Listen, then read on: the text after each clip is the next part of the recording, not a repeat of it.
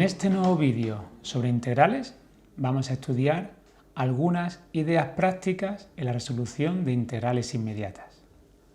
Vamos a mostrar 9 ejemplos de integrales inmediatas que, pensando un poquito, con un poquito de calma al principio de la integral, podemos resolver de una forma bastante rápida si tenemos en cuenta pues algunas pequeñas, no me gusta hablar de trucos, sino hablo más bien de ideas felices. Es decir, poder expresar las expresiones que están dentro de la integral de una forma que me permita fácilmente encontrar alguna relación de la tabla de derivación donde pueda utilizarla para poder resolver la integral correspondiente. Vamos a empezar con un cociente donde podamos encontrar como solución de la integral un logaritmo. Fijaros, son dos ejemplos, vamos a empezar con el primero. Tenemos un cociente polinomio, 2x partido 1 más x al cuadrado, y tenemos que hacer la integral. Una primera idea feliz es la siguiente. Siempre que tengamos un cociente, vamos a ver si el numerador coincide con la derivada del denominador. Repito, vamos a comprobar si el numerador coincide con la derivada del denominador. ¿Por qué? Porque si eso fuese así, podríamos utilizar la expresión de la derivada del logaritmo neperiano de una función. Si yo derivo el logaritmo de una función, me quedaría f' partido f. Efectivamente, tendría 1 más x al cuadrado, su derivada sería 2x. Si yo hago la derivada del logaritmo neperiano de 1 más x al cuadrado, tendría 2x partido 1 más x al cuadrado. Es decir, obtengo, al realizar esta derivada, la misma expresión que tengo dentro de la integral. Pues ahora razono de la siguiente forma.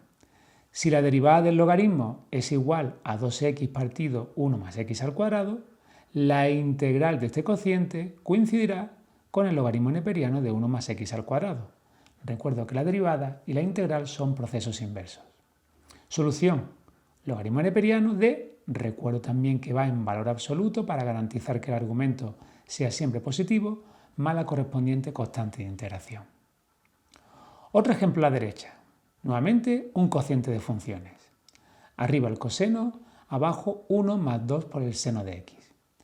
Vamos a acostumbrarnos, siempre que haya un cociente de funciones, a preguntarnos en primer lugar, ¿el numerador coincide con la derivada del denominador? En este caso, la derivada del denominador sería 2 por el coseno de x, y arriba solamente tenemos el coseno de x. Pero podemos operar de la siguiente forma, fijaros. Si yo derivo el logaritmo neperiano de 1 más 2 el seno de x, tengo esta expresión, que como ya hemos comentado, faltaría un factor 2 en el numerador, pues digo, venga, yo tengo esta integral y quiero conseguir esta expresión de abajo. Comparo lo que tengo dentro de la integral con lo que quiero conseguir. ¿Qué me falta? ¿Un factor 2? Lo coloco, aquí viene indicado en rojo. Si coloco un factor 2 multiplicando, para balancear la integral debo dividir por 2. Y me quedaría un medio por la integral de toda esta expresión. Y vuelvo a razonar. Si la derivada del logaritmo me da 2 por coseno dividido 1 más 2 seno de x, la integral de toda esta expresión me quedará lo que está dentro del operador derivada. Es decir, tendré un medio por el logaritmo neperiano de valor absoluto 1 más 2 seno de x más la constante de integración. Repito por tercera vez en el vídeo, siempre que tengamos un cociente de funciones, vamos a preguntarnos si el numerador es la derivada del denominador, y si la respuesta es afirmativa, vamos a buscar la forma de la derivada del logaritmo neperiano del denominador, porque me permite resolver de manera rápida la integral que tengo en pantalla. Otro ejemplo sería buscar en un cociente una solución que tenga que ver con la función inversa. Esto va a ocurrir en funciones donde el denominador, todo el denominador esté elevado al cuadrado. En funciones donde todo el denominador esté elevado al cuadrado. Fijaros, cuando yo derivo 1 partido una función inversa, tabla de derivadas, me queda menos f' partido f al cuadrado. Pues bien, yo tengo arriba la exponencial y abajo 1 más la exponencial, todo ello al cuadrado. ¿Qué ocurre si derivo 1 partido 1 más la exponencial? Abajo tengo la función 1 más x, 1 más la exponencial, todo ello al cuadrado, y arriba menos la exponencial, estoy haciendo la derivada de la función inversa. Si comparo lo que quiero conseguir con lo que tengo en mi integral de partida. Veo que arriba tengo exponencial, aquí arriba también. Abajo tengo 1 más la exponencial al cuadrado, abajo también, pero me falta un factor negativo, un signo menos. Añado, aquí lo marco en rojo, un signo menos, y para balancear la expresión fuera añado también un valor menos. Y tendría menos toda esta integral. ¿Quién va a ser la integral? El proceso inverso de la derivada. Por lo que la integral de toda esta expresión quedará 1 partido 1 más la exponencial. Y aquí lo tendríamos. El menos de fuera está aquí colocado. 1 partido 1 más la exponencial más la constante de integración. ¿Qué ocurre si tenemos un producto de funciones y nos damos cuenta que en ese producto de funciones, en los dos términos, uno es la derivada del otro? Fijaros lo que tenemos aquí. Integral de x cuadrado más 3x, todo ello elevado a 2, multiplicado por otro paréntesis, 2x más 3. Si tenemos un poco de vista, podemos decir, la derivada de x cuadrado más 3x es justo esta expresión, 2x más 3. Y eso nos puede llevar a plantearnos la forma de la derivada de la potencia de una función, donde aquí lo indico debajo. Cuando yo tengo una función elevado a n, me quedaría su derivada n por la función elevado a n-1 por la derivada de la función, por la derivada de la base. Es justo lo que tenemos aquí arriba. Tenemos una función elevado a 2 y luego tenemos la derivada de esa base, la derivada de la base de esa potencia. Pues si aquí tengo un factor 2 dentro de la integral, voy a preguntarme con la notación de Leibniz de derivada, ¿qué ocurre cuando derivo x cuadrado más 3x, todo ello elevado a 3? ¿Por qué a un factor 3?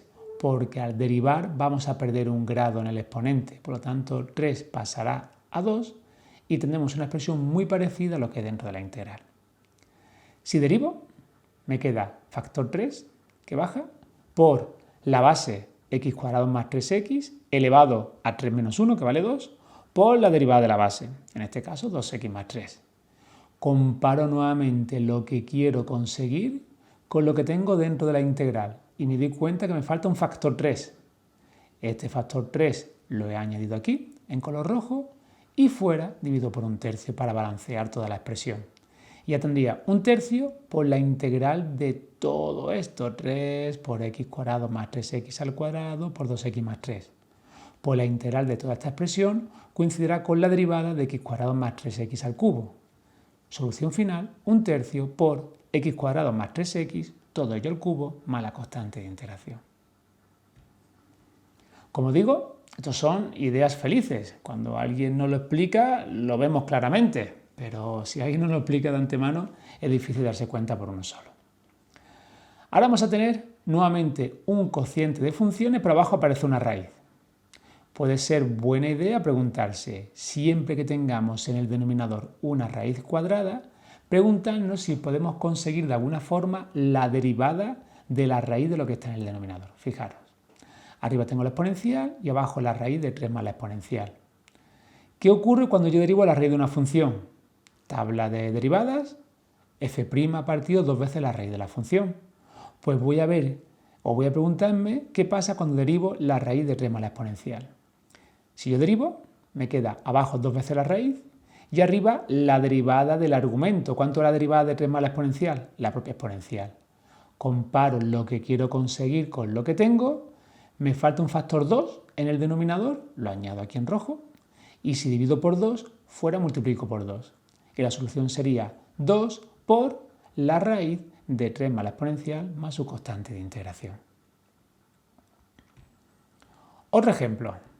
Tenemos una exponencial y junto a la exponencial tenemos la derivada del exponente de la exponencial. Fijaros, integral de la exponencial elevado a seno de x por coseno de x. Si nos remitimos a las tablas de derivadas de cuando tengo e elevado a f, su derivada es e elevado a f por la derivada del exponente, f'. Y eso es justo lo que tenemos aquí. E elevado a f, donde ahora f es el seno, por la derivada del seno, que en este caso sería el coseno. Pues bien, si yo hago la derivada de e elevado al seno, compruebo afirmativamente que me queda e elevado al seno por el coseno, lo que quiero conseguir coincide justo con lo que tengo dentro de la integral y digo, si la derivada de e elevado al seno es igual a e elevado al seno por el coseno, la integral de toda esta expresión coincidirá con lo que está dentro del operador derivada. Por lo tanto, la integral es igual a e elevado al seno más la constante de integración. Otro tipo de integrales que aparecen con frecuencia, la integral del seno de una función. Vamos allá. Tenemos integral del coseno de 7x menos 2. ¿Qué función cuando la derivo me da el coseno? Todo el mundo sabrá que la derivada del seno de x es el coseno de x. Pues bien, podemos preguntarnos por qué pasa cuando yo derivo el seno de lo que está dentro del argumento de 7x menos 2. ¿Qué ocurre con esa expresión? Pues bien, la regla general nos dice, si aplicamos la regla de la cadena, que tendría el seno de una función, si lo derivo, me queda el coseno de la función por la derivada del argumento. Si ahora aplico esta expresión general al seno de 7x menos 2, nos quedaría derivada del seno, coseno de 7x menos 2 por la derivada de lo de dentro. Coseno de la función por la derivada de la función. Comparo lo que quiero conseguir con lo que tengo en la integral del enunciado. Me falta un factor 7. Lo añado aquí en rojo el factor 7. Si pongo 7 multiplicando, fuera dividido por 7. Ya tendría un séptimo, que va a quedar luego aquí, por la integral de toda esta expresión. ¿Y quién es la integral de toda esta expresión? Pues nuevamente quedará seno de 7x menos 2 más c. Si yo derivo esta expresión, recupero la función que está dentro de la integral. Un nuevo ejemplo de idea feliz, cuando tenga expresiones del tipo 1 partido x con x elevado a un exponente. Fijaros, 1 partido x a la quinta. Puedo pasar el exponente positivo a exponente negativo al numerador y me quedaría x elevado a menos 5. Y voy a trabajar como si fuese la potencia donde la base es x. Aquí tenéis la expresión general. Si yo derivo x elevado a n, me quedaría n, baja el exponente, por x elevado a n menos 1. Se pierde un grado. ¿Qué tengo que derivar para que me salga x elevado a menos 5? Pues si al derivar pierdo un grado, tendré que derivar x elevado a menos 4, porque menos 4 menos 1 me va a dar menos 5. Y aquí lo indico con la notación de Leibniz. La derivada de x elevado a menos 4 es igual a menos 4, que baja multiplicando, por x elevado a menos 4 menos 1, que es igual a menos 5. Comparo lo que quiero conseguir con lo que tengo dentro de la integral y compruebo que me falta un factor menos 4. Añado menos 4 multiplicando. Si multiplico por menos 4, fuera dividido por menos 4, y tendría menos un cuarto por esta integral. ¿Quién es la integral de menos 4 por x elevado a menos 5? Pues si la integral es el proceso inverso de la derivada, el resultado de la integral de menos 4 por x elevado a menos 5 será x elevado a menos 4. Aquí lo tengo. Y para terminar, el exponente negativo lo puedo pasar al denominador con exponente positivo. Menos 1 partido 4 por x a la cuarta más la constante de integración. Hay veces que nos dan integrales donde aparece un numerador y en el denominador un factor x. En esos casos puede ser buena idea, repito, estas son ideas que a veces funcionan, otras veces no, pero la experiencia como profesor de bachillerato me dice que estas integrales son bastante recurrentes en selectividad y con un poquito que nos pensemos a parar, pues podemos acortar mucho el proceso de resolución. Pues bien, cuando yo tenga un numerador con muchos términos sumando y un denominador donde solo aparezca x, puedo romper en distintas fracciones. Entonces, si rompo por aquí, me quedaría 1 partido x más x cuadrado partido x. La integral de 1 partido x es inmediata, es el logaritmo neperiano del valor absoluto de x. Simplifico x cuadrado entre x y me queda la integral de x. ¿Qué función tiene por derivada x? Pues va a ser x cuadrado partido 2, porque si yo derivo x cuadrado me queda 2x, sería con el 2 de abajo y me quedaría x. Solución final, logaritmo neperiano de x cuadrado partido 2 más la constante de integración. Y un último ejemplo, la arcotangente, que es una función que por norma general en primero de bachillerato la hemos derivado pocas veces, pero que en integrales aparece con mucha frecuencia. La forma de la derivada de la arcotangente aparece con mucha frecuencia en las integrales. ¿Cuándo puedo preguntarme yo si es buena idea obtener la fórmula de la derivada de la arcotangente? Cuando tenga nuevamente un cociente de funciones y en el denominador tenga 1 más una función al cuadrado. Siempre que tenga en el denominador 1 más una función al cuadrado, voy a preguntarme si en el numerador tengo la derivada de la función que está elevada al cuadrado. Fijaros que en este caso tengo seno elevado a 2, la derivada del seno es el coseno y efectivamente tendría en el numerador la derivada del seno, que es la función que está elevada a 2. ¿Y por qué busco el arco tangente? Pues fijaros, notación de Leibniz, el arco tangente de una función es f' y abajo 1 más f al cuadrado. Pues voy a ver qué ocurre cuando yo derivo el arco tangente del seno. Abajo me quedaría 1 más la función al cuadrado, seno al cuadrado, y arriba me quedaría la derivada del seno. ¿Quién es la derivada del seno? El coseno. Compruebo que lo que quiero conseguir coincide con lo que tengo dentro de la integral y directamente la integral, la solución es arco tangente de seno de x más la constante de integración. 9 ejemplos que es bueno tenerlos bien claritos porque pueden acortar mucho el tiempo de resolución de una integral.